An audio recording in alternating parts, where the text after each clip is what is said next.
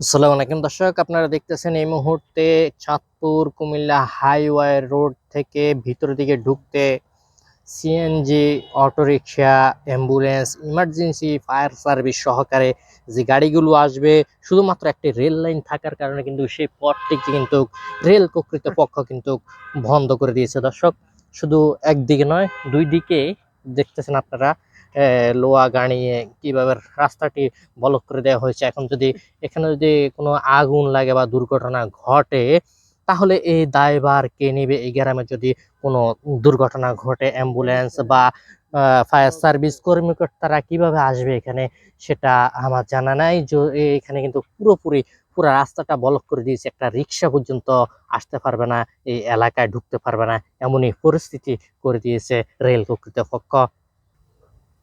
দর্শক, আপনারা যেমনটা দেখতেছেন কিভাবে তারা রাস্তাটি পুরোপুরি ব্লক করে দিয়েছে। এখানে কোনো ইমার্জেন্সি কোনো গাড়িও আসতে পারবে না।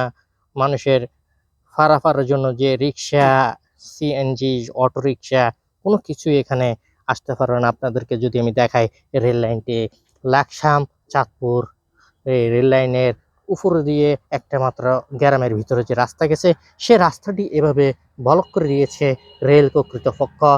এখানকার স্থানীয় শাহরাস্তি ওয়ারুকের যে রয়েছে চেয়ারম্যান মেম্বার, তাদেরও এখন পর্যন্ত তারা কোনো দায়িত্ব এখন পর্যন্ত নেয়নি।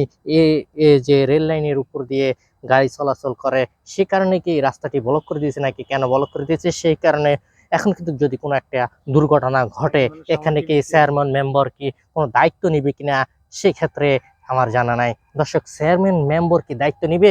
এখানে যদি কোনো ইমার্জেন্সি দুর্ঘটনা ঘটে যায়, ফায়ার সার্ভিস কর্মকর্তারা কিভাবে আসবে আমার জানা নাই। কিন্তু আপনাদের যদি কারো মতামত থাকে, অবশ্যই কমেন্ট বক্সে জানাবেন। এছাড়াও ভিডিওটি প্রচুরভাবে শেয়ার করতে ভুলবেন না। আপনারা দেখতেছেন এই মুহূর্তে একটি কিন্তু সিএনজি এখানে এসে কিন্তু আটকে রয়েছে, অর্থাৎ বন্ধ করে দেওয়া হয়েছে, সিএনজিও আসতে পারে না।